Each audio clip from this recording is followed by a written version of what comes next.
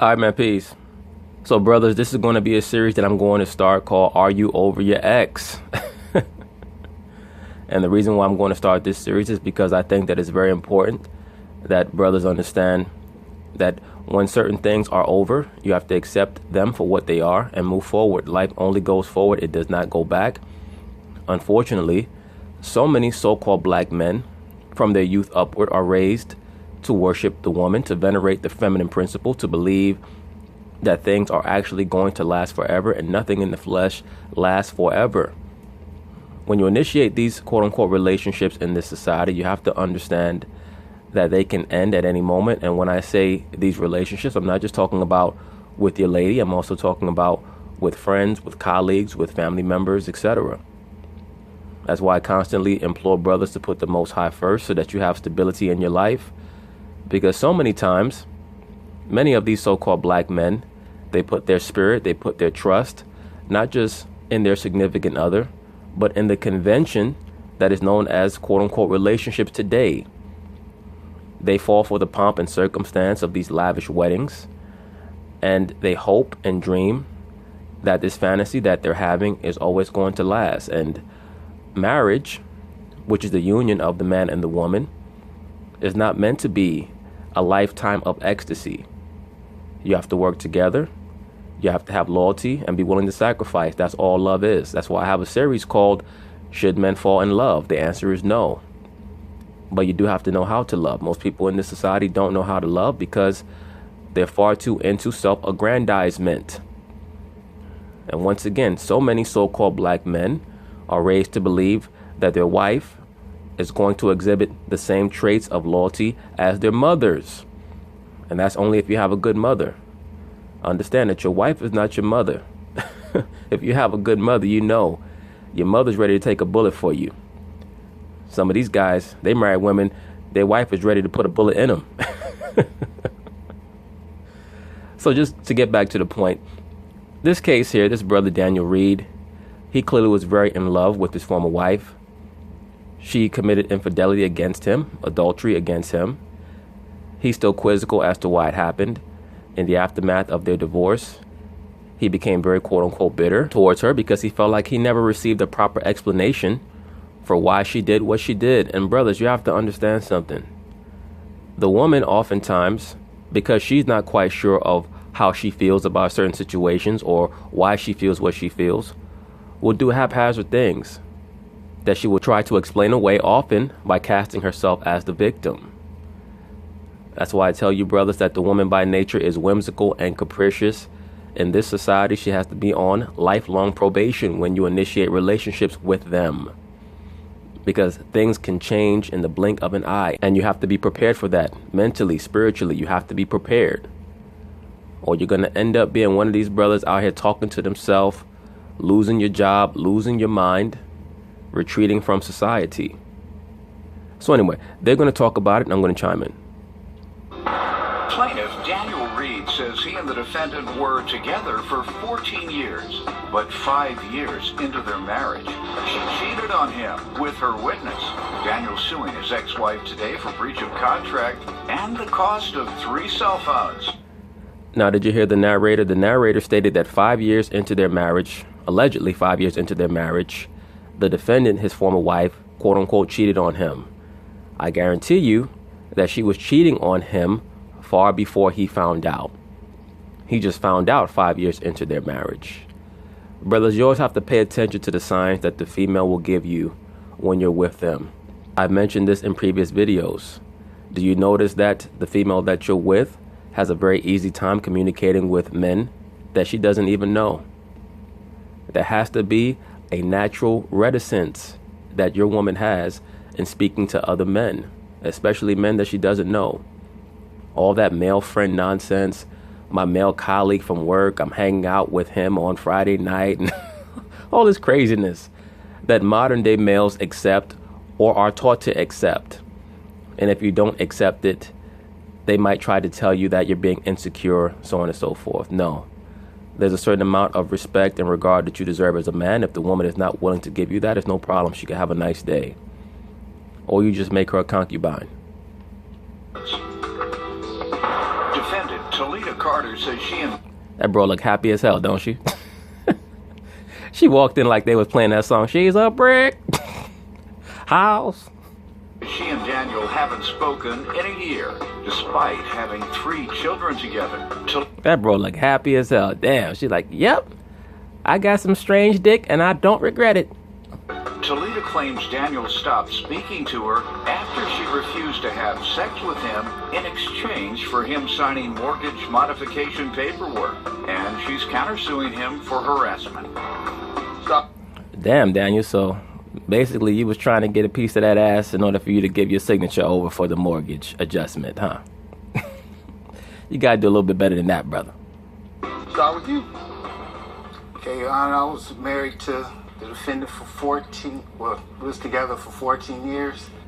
And notice how much younger she looks than the plaintiff. He could very easily be 15 years older than her.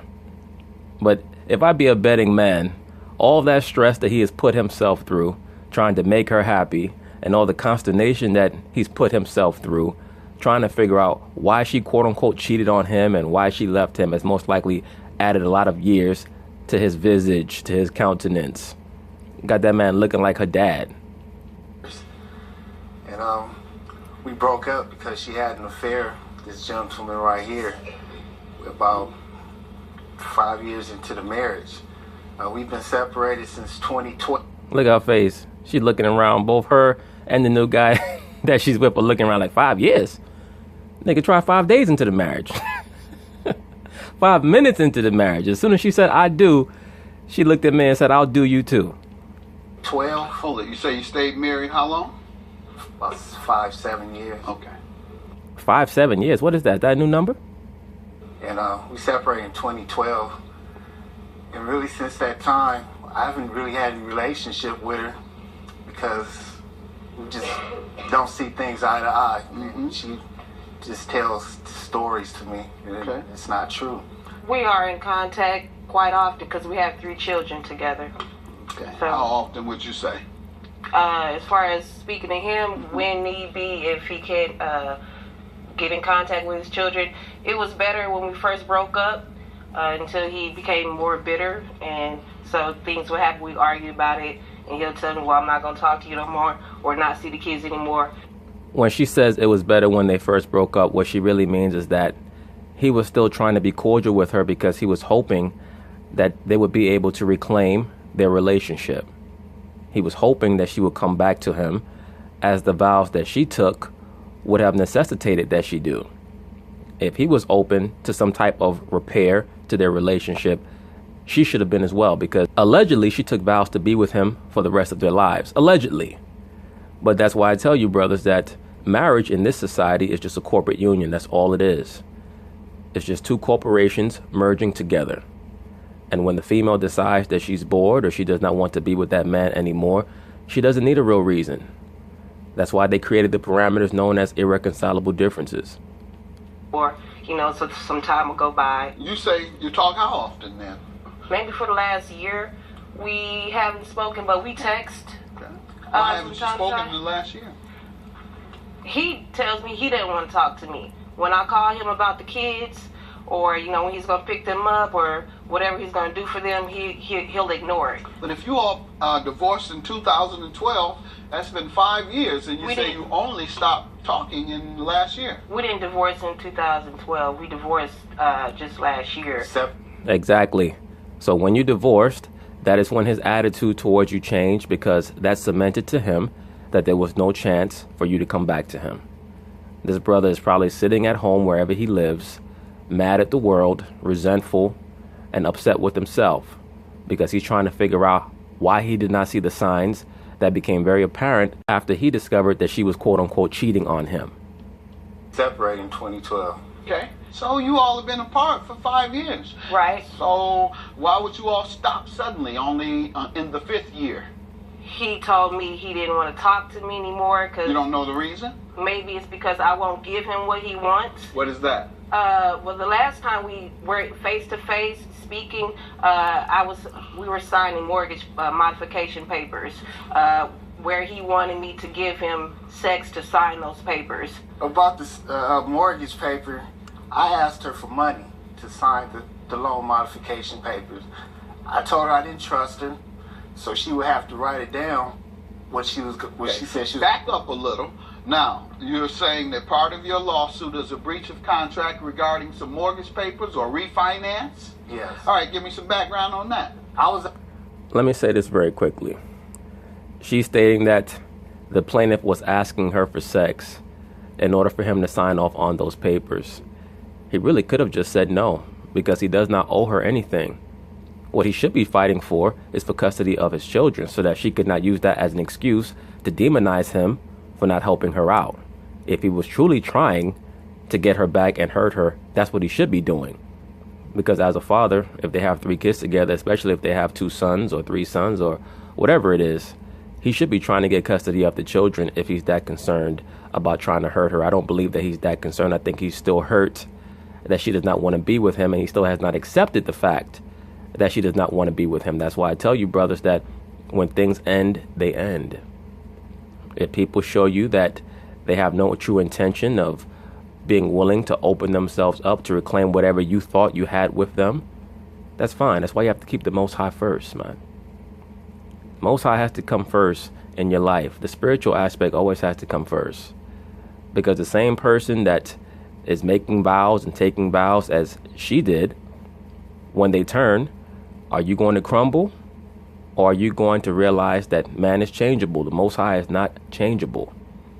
But man and woman are changeable, especially the woman. Whimsical and capricious by nature. I was out the house. I was living somewhere else, and she just came out the blue and asked me to sign some loan modification papers for her.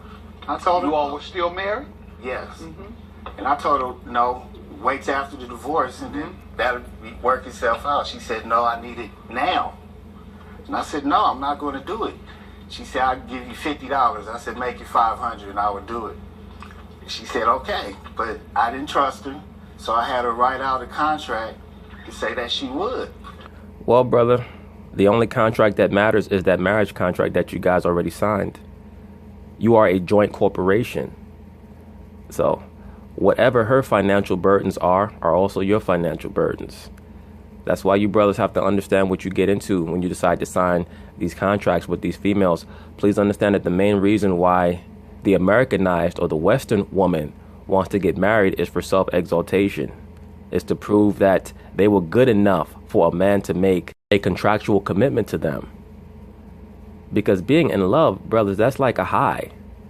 That fades. But real love doesn't fade. That's why I state that all love is sacrifice and loyalty. When you have real love for someone else and they have real love for you, then you're going to find a way to transcend whatever these issues are that you have. That's why communication is very important. And brothers have to recognize these signs. Many modern day liberal females are very poor communicators. They prefer to talk at people than with them. That's why most of them are depressed, because they have no real way, no real mechanism to express their feelings, because they've been taught that all men are trying to oppress them. So you have to understand who you're getting into a relationship with. That's why I make these series, know who you're living with. Are you with an angry woman? So on and so forth. Because the main obstacle, the main hurdle for the so-called black man in this society, especially many of you younger brothers, is the lack of understanding of the woman and this society. And the way that, to be quite frank with you, they've been given way too much power. And this power is not only hurting many of these men that don't know what's going on, it's hurting themselves. One of the main reasons why the liberal woman is so depressed is because she needs to be moderated by the man. But she can't be moderated by the man because she's raising these boys. So they think and act like women. So I went and signed the loan modification papers. And after about a month, I asked her, I was like, where's the money? She said, I'm not going to give you any money. She just told me flat out she wasn't going to do it. What a shock. So you mean after you decide to marry her, she stepped out on you and had sex with another man, at least one man that you know of. You believe that just because she put her name on a piece of paper, that she was going to adhere to what she alleged she was going to do? She may have conferred with the lawyer, and the lawyer told her, go ahead and sign it. That's already your husband contractually. So you're not going to be obligated to owe him anything, especially since in regards to the property that you're living in, you're both obligated for it. according to your marriage contract. The lawyer may have told her something like that. So maybe she called him back and said, oh, yeah, I'll sign it, already knowing that she would not have been liable for it. Okay. What about sex? Did you ask for sex in exchange for signing the papers? At a point, she said. Just say yes, brother. She said she came and she asked me. It was another round of papers I had to do. You was looking for another round of ass. She said they didn't go through. So I said, what about the money? She said she wasn't going to give me the money. So I said, can we hook up? And she said, okay. But I didn't believe her, so I went ahead and did it. Well, if you didn't believe her, then why did you sign it, brother? You sound real pathetic. You sound real lame. Brothers, once again, and I say this a lot of times, especially the brothers who read the scriptures and they get enraptured by the scriptures, and a lot of times brothers take their mind and their consciousness back to 1000 BC and they think that they're still living in ancient Israel. We're not in ancient Israel. We're in Babylon right now. We're in modern day Babylon. So there's a difference between how things should be and how they are. You have to understand how things are so that you don't lose your mind. Okay? You have to understand that everything in this society is corporate and commercial. Everything. Marriage, your children, everything. They're all viewed as commercial or financial assets. Love, human needs, human wants, human bonds, they have nothing to do with anything once you get into that court. Judge Mathis and every other judge, they're bankers. And they view you either as an asset or a detriment. That's it. Your Honor, I just needed the paperwork signed. He's not on the deed. I needed it signed so I can get my mortgage modified and stay in my home with my children that I've been taking care of since day one. He wanted me to pay alimony. I'm trying to figure out how come the new man is not helping you with your mortgage. Why you need his help for? This is how I know that most likely the plaintiff does not have his shit together in regards to his finances, because this is supposed to be an occasion that you're not going to try to blackmail the defendant for ass. You should say, okay, well, since you're so unsure about how you're going to house my children, I'm going to take you to court for custody and get my children back from you right after we sign this divorce. But his brain is so foggy because he's still thinking about the sex that he used to have with this broad 10 years ago that he's incapable of thinking strategically. And it's costing himself and possibly his children. Because as it is, this female here has a whole other man presiding over his children, which they have no problem doing, because the modern day liberal female has no respect for fatherhood other than for any type of monetary contribution. That's all they view fatherhood as, monetary contribution. They don't want that energy presiding over the household at all. The liberal female, they do not want that. Me in a divorce, he's just trying to get whatever he can out of me, even though he doesn't help me with the kids. He doesn't communicate with me as far as the kids are concerned. Do you hear how many of these females speak about their quote-unquote ex-husbands? They talk about communication because to them it's just a partnership. It's a corporate partnership, brothers. Okay? That's how they view it. You have to understand it. That's why you have to take your time getting to know these females. Understand how much they appreciate the masculine principle. And not rush into any type of firm commitment with them relationship-wise. Because when the liberal female turns, they don't give a damn about what things were like in the past. And hopefully you brothers grasp that and pick up on that so that you don't end up being someone else in court looking stupid. Because real talk, by the time you end up in court, it's over for you for the most part. The so-called judge, who's actually a banker, is just going to be looking for a way to tax you, to charge you. Because once again, every aspect of this society is viewed as either a financial asset or a financial liability. So he just didn't want to help me. So that was his way of his leverage to, make me do what he wants me to do. Well, why should he need to help you for? You've already moved on to another man, unless you made the wrong decision in moving on to that man. See, if this brother, the plaintiff, was on his P's and Q's, then that's how I know that he most likely is not on his P's and Q's financially or mentally, because he still has not moved past this female here, his former wife, the defendant. He easily could have taken her to court for custody of the children and used many of her attempts to have him assist her in alleviating the mortgage for her house. He could have used that as proof that she was financially unstable. And I need to have my children back with me. But he's not concerned with his children as much as getting her back. Why is that? Because he was in love with her. Once again, brothers, you never fall in love with a woman. You love your woman. You have to be there for your woman when she needs you. You have to be there to guide her. And if the Lord blesses you with a wise woman, she's going to tell you things to help you. And you have to have the discernment to listen to what she's saying. Because a man with discernment and prudence is able to distinguish between bullshit and information that is actually going to assist him in becoming a better person. But in love, no.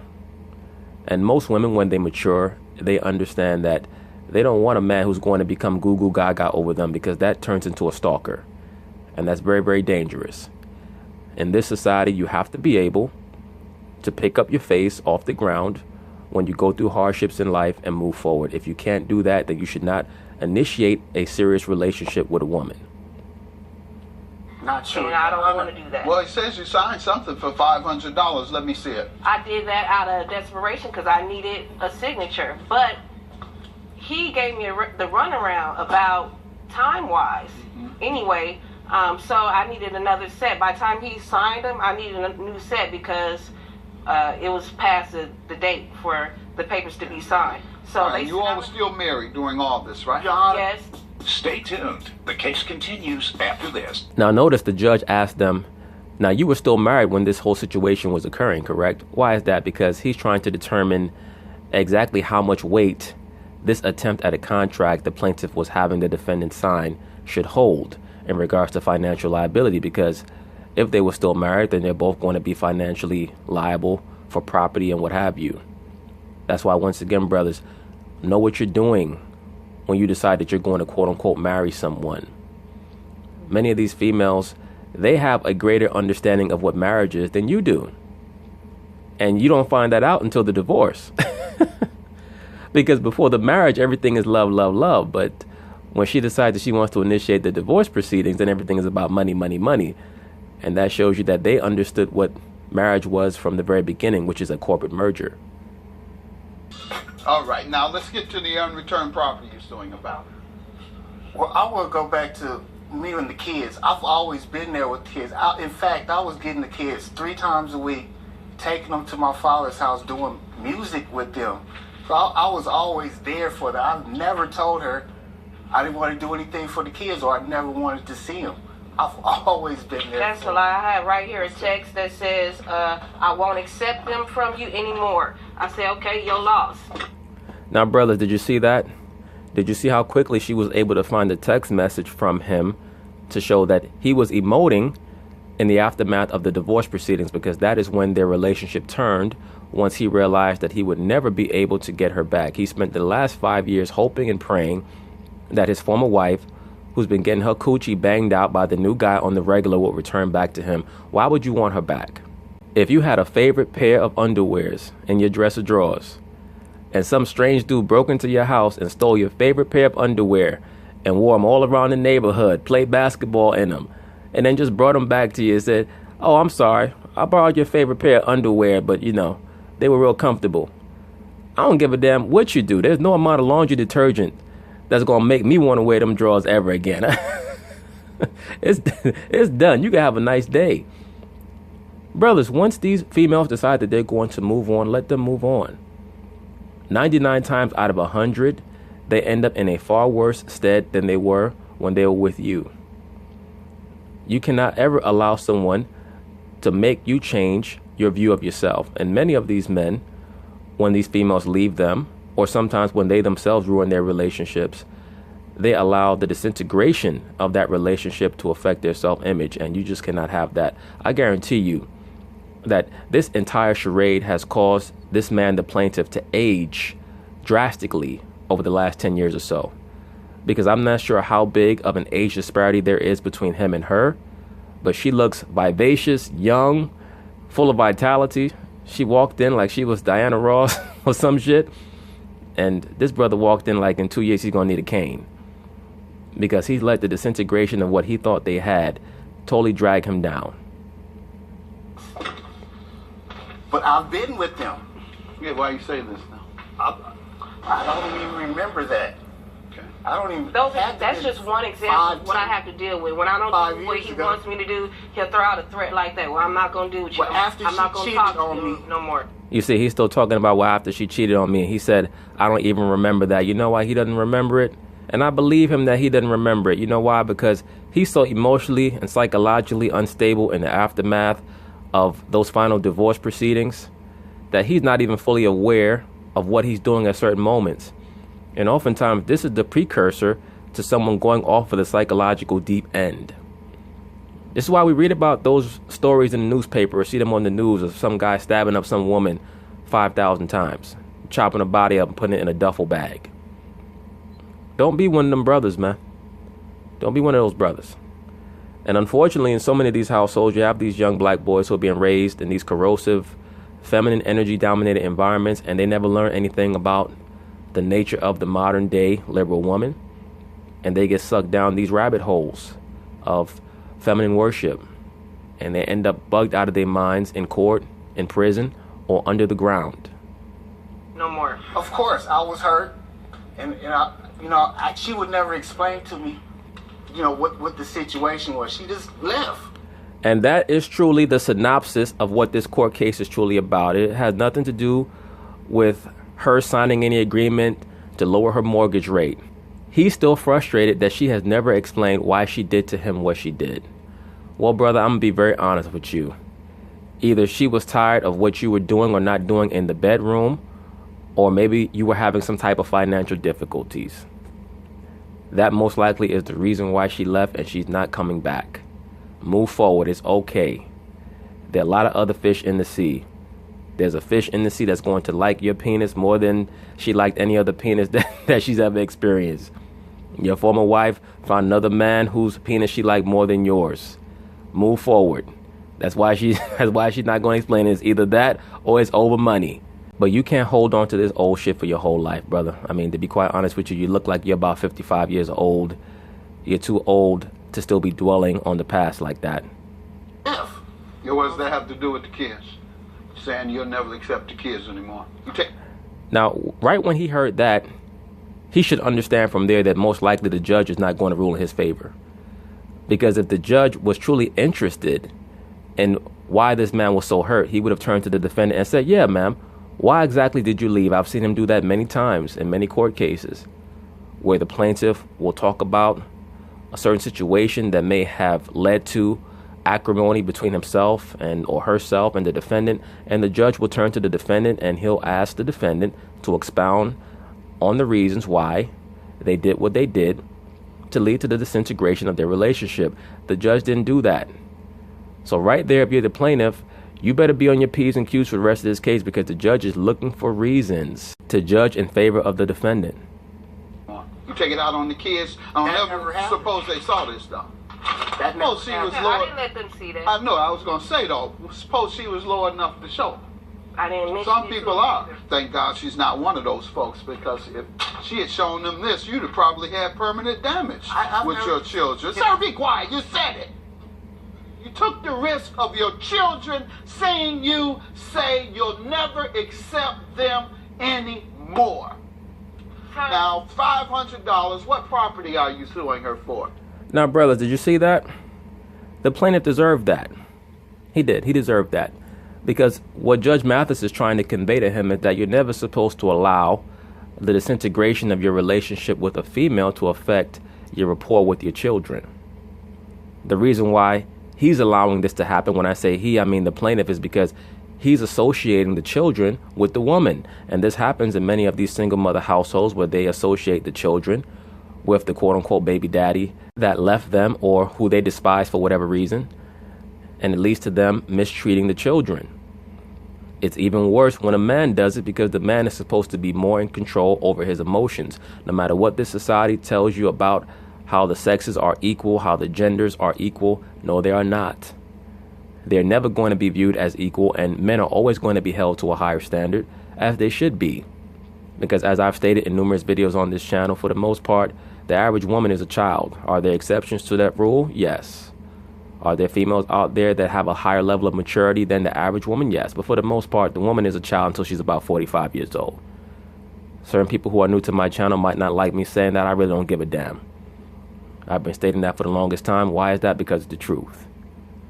So it's up to you brothers out there to aspire to a higher level of conduct and comprehension, to see things coming before they come, to see things happen before they happen, so that you can mentally prepare yourself.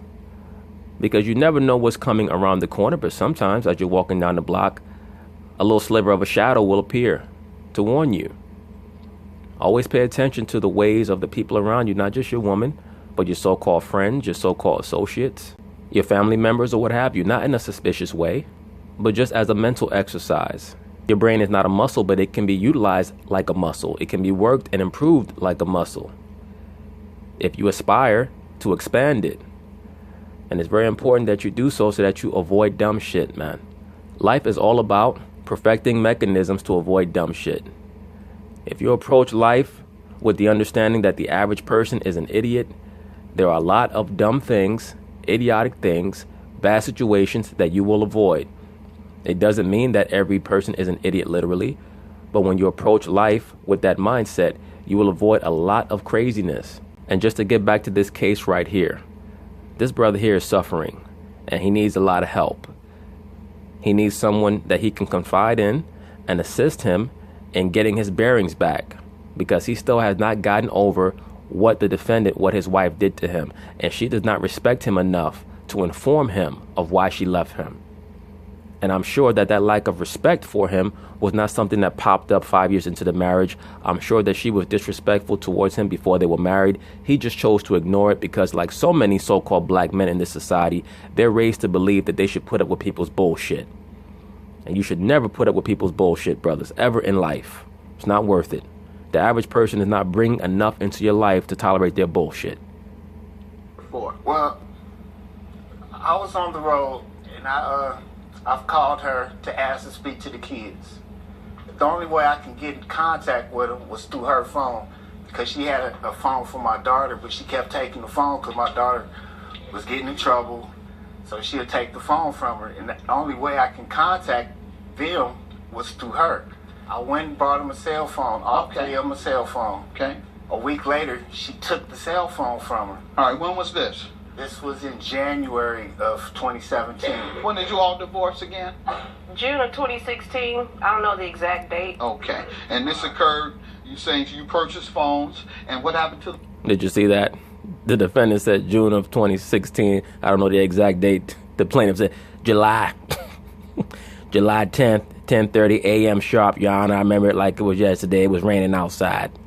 What happened to the phones? She took my oldest daughter. Where are they at now? They have They them. have, but what? All right, well, it's theirs. They have them. You gave it to them, and they have them, right? Correct. Well, then, what are you suing her for? They have the phones that you bought for them. She took them away to discipline them, but they're still theirs. Let me get to you, ma'am. You don't even have to go through that. $1,000 for harassment is for what? Well, first of all, him trying to get me to pay him that money, trying to get me to give him sex for a signature, for a modification for a house that his kids live in. Did you hear what she stated? She said that he was basically trying to get sex for a signature for mortgage modification for a house that his quote-unquote kids lived in. Now, you wasn't concerned about modifying the mortgage because his kids lived there. You was concerned about modifying the mortgage because you lived there. That's why you were concerned about it, but that's neither here nor there. Once again, if this brother was on point with his finances and with his overall life, he should have had the overall wherewithal to say to himself, I'm going to take her to court to get custody of my children because she can't even pay her mortgage. If he would have stuck to his guns and told her, I'm not signing anything for you until we have official divorce proceedings, things may have turned out much better for him. Why did she rush him? Because she understood, most likely after conferring with a lawyer or some type of law official, that if she could get him to sign before the official divorce proceedings, that little silly contract that he had her sign would have been negligible in court. Also, he sent the police to my home to ask me about a cell phone that I took from my child. He was at the house with the police. They told him to leave. And then my daughter, well, they were telling him that they couldn't do anything about me taking the phone. I said, I have the phone. I'm keeping the phone because, it's disciplinary Disciplining your purpose. child. Mm-hmm. So They was like, okay, well, he'll just have to deal with this some other kind of way. I was like, okay. So did you call the police? Yes, I did. And they came to her home about what? What did you tell them you were calling them about? I called them because they were coming with me that weekend. When they with me and I'm paying for the cell phone, I bought the cell phone, I feel like they should have the cell phone. Right. Right, but brother, if they're going to be with you for the weekend, they don't need a cell phone because they're going to be with you. Let's be for real. The real reason why you're trying to go back and forth with the cell phone is because you're still mad at the broad. Get over it. The new guy done bust 500 nuts inside of her, on top of her, on her face. Why the hell do you even want that back for? Why do you want that back? It's like another man took your underwear and wore them to the basketball court and played 5 pickup games with them on. Leave it alone. Get another woman. It's okay, brother. It's okay. The problem is that when you took those marriage vows, you believed in them more than she did. Because they're not in trouble. Got it. Now what'd you call the police for? Because she wouldn't give me the cell phone Well, back. they're not yours. They're the children's. Remember, you bought them for the children, didn't you? Yeah. And when you put it in their hand, it was theirs. I got news for you. Okay. All right. So you're calling the police on her because she is disciplining the children she has custody over. Ding! Once again, brothers, do you see the first thing that the judge told the plaintiff in regards to this phone contention that the plaintiff was trying to bring forth? The defendant has custody of the children. If his mind was functioning properly, as soon as she came to him about needing some type of financial assistance and paying for her home, if he was on point mentally and financially, he should have tried to get custody of the children. Because the woman is always going to use that as an excuse for why the former flame, her former man, husband, or what have you, is derelict in his duties. Oh, he does not want to help me help our children. Because please understand that in the modern quote-unquote family unit of America or of Western society or of the Luciferian portion of this world, the new family structure is mother over the children. All the so-called father is a drone whose job it is to inseminate the female who's the new head of the family, quote-unquote family. She says, nope, you're not acting right. Give me that phone. I'm going to keep it from you for a week. You think you can send the police over there? She told me she was calling the police when I went to go So ask she for the called phone. So I said, Look at him. He look like a little boy. But she told me she was going to call the police. Did she call him? No. Why did then. I told him I was calling the police because he's walked in my house. Did you walk in her house uninvited? Did you walk in her house uninvited? No, the daughter invited me in. He walked in the house uninvited, hoping he would see her naked. All right. Brothers, once again, and I cannot accentuate this enough, you have to know where you are. You have to know what the rules of engagement are in these so-called relationships. And you always have to be mentally prepared for the worst. You always have to plan for the worst in any situation. That's what any leader does. That's what a king does. It's great to have banquets at your castle. But what if there are enemies at the gates tomorrow? What are your preparations? That's how we have to approach life. We can't approach life thinking that every day is going to be a party and a banquet, and that our queens and our concubines are always going to be by our side. You always have to be prepared for the worst. Always have to be prepared for the worst. Who called the police? I did. All right, she said she called. I told him I was going to call the police. And you called for what purpose? Just to get the phones? All right, I'm going to... You not gonna call the police. I'm gonna call the police. We both gonna be some police calling mother effers in here, because I'm getting that phone. I'm going to conclude you harassed her, bringing the police over to her house. We gonna both call the police, and girl, you still looking good. So my offer still stands. If I might just get a drop of that coochie, I'll act like it never happened. House over something that minor. Yeah, this woman looked bad. The neighbors see the police coming. You acting a fool over her with Exactly. With this nonsense. $1,000 is your judgment for harassment, and everything else. One, the phone, you gave it to your children, so it was theirs. They're the only ones that could sue mama for their phones. It's their property. Secondly, anything prior to that was marital property. This is part of marital property. See that, brothers? Ding. Once you decide that you're going to engage in a corporate merger with that woman, you can't hold her feet over the fire for a financial obligation. That's like a corporation suing itself. You can't do that. And when you get to court, they're going to make you look foolish, just like this plaintiff is looking foolish right now. You all didn't handle it in court, go and amend it. But this promise between you and your wife, you promised each other over your own money. In other words, you made a promise between you and a quote-unquote wife that was getting her back blown out by another man. Why is that? Because you held out hopes that she would come back to you for years after you should have already have let that go. As soon as you found out that woman was fucking another man, excuse my language, you should have let that shit go. Let it go, brothers. If you're going to carry around baggage, at the very least, it should have some important items in them.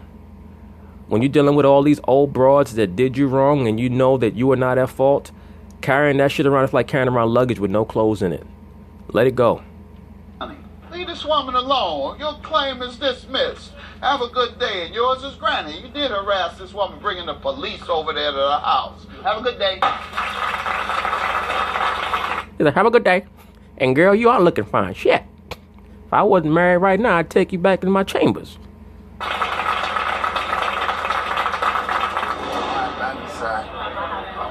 do I. I'm just glad it's over with. Not have to deal with it no more.